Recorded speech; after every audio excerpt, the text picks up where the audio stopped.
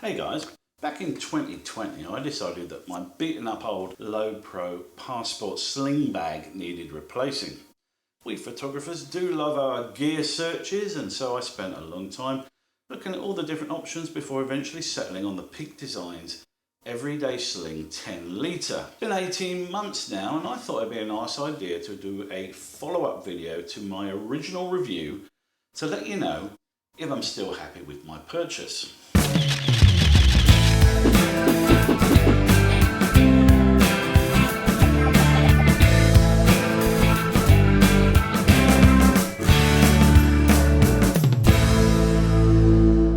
Now, Peak Designs have built themselves a nice little niche. They use premium 100% recycled materials and invest in manufacturing their products properly. That much is clear. However, that also means that their gear costs more than the equivalent mass-produced bags like those sold by Niwa and PGY Tech on sites like Amazon. So let me kick things off by saying that Peak Designs Everyday Sling Bag is every bit as high quality as I was hoping it would be. I use the bag on a near daily basis, and 9 times out of 10 the place I'm using it is the beach.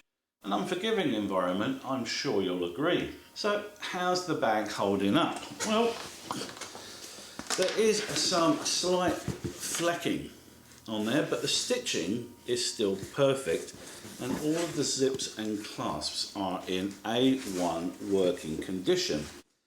There's a little bit of metal visible on the enamel paintwork on one of the strap fasteners, but that's one of the few visible signs of wear and tear. On the whole, it's looking pretty near mint condition, but there is some slight scuffing on the base of the bag where my heavy 100 to 400mm lens sits. The inside of the bag has held up as well as the exterior.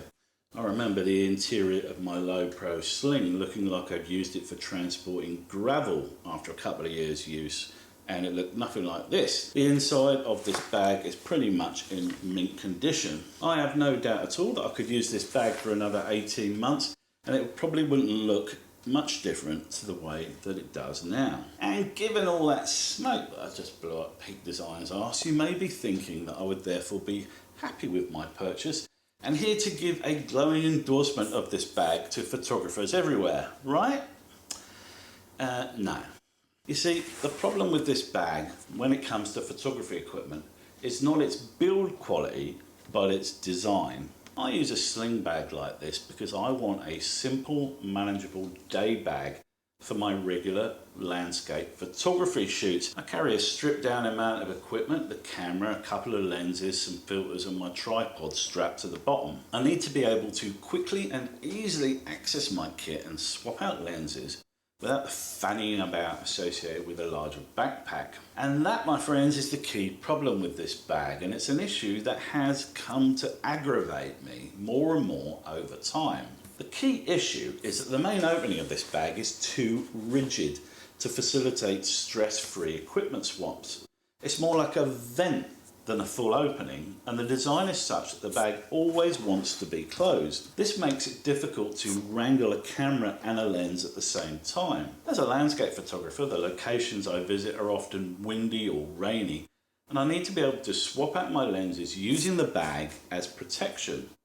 The Low Pro Passport Sling, for all its faults, was perfect for this, and I could switch out even my most bulky lenses in the bag without any dramas. That task is much harder with the Everyday Sling because the bag keeps closing around your hands and you find yourself fighting against it. You can fold down the front of this bag to make the opening wider, but the positioning of the pocket and the stiff material means it always wants to close itself.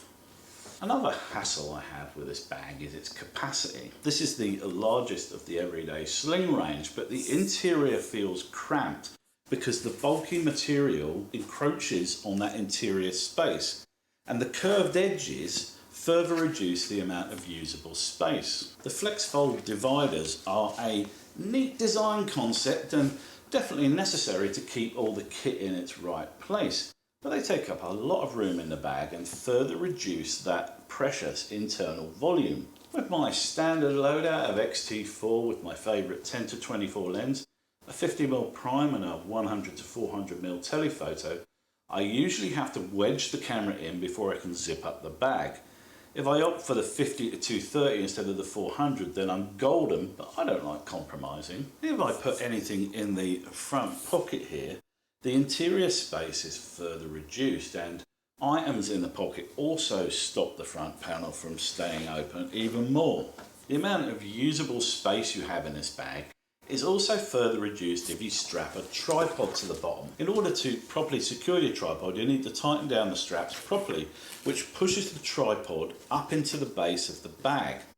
So when I have the tripod strapped to the bag, as I always do, my 100 to 400 lens just about fits inside, but I have to kind of loop the zipper over the top of the lens to close the bag. When I first got the bag, I was optimistic that this wouldn't be an issue, but over time I've come to realise that actually it is. The simple fact is that the real world working space you have in this bag is actually much less than a figure like 10 litres would have you believe. And one of my initial worries when I got this bag was the comfort of it, and I have to say I haven't got any huge complaints to make in that regard.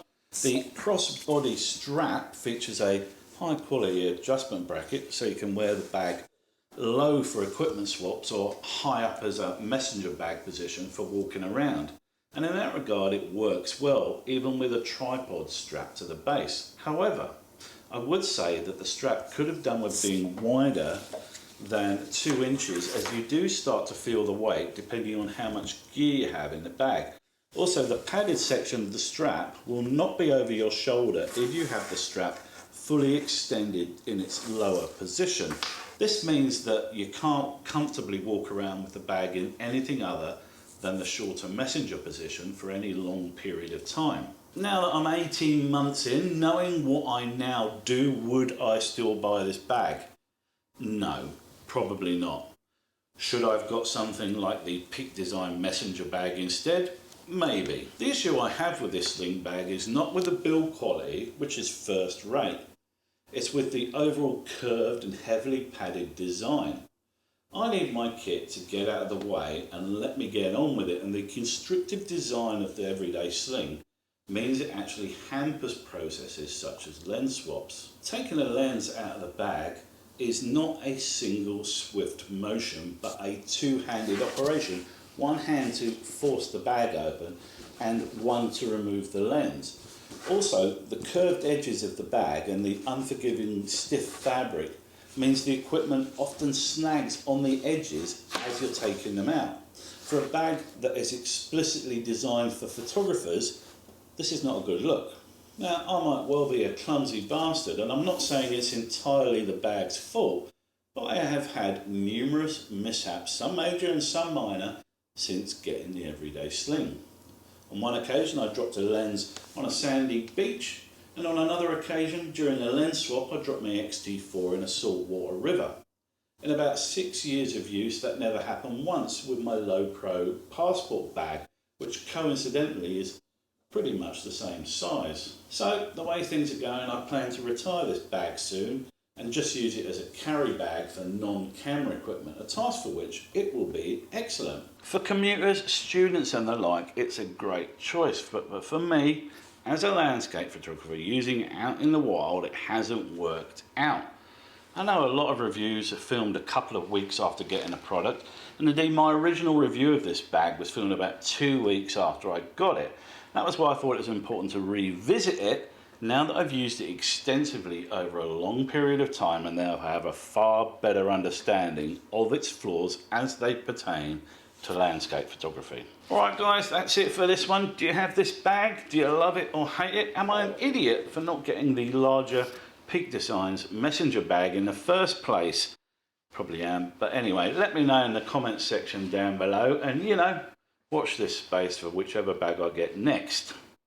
What is it with photographers and bags anyway?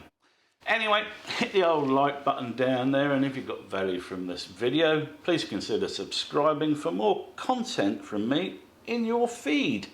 Till the next time guys, ta-ta.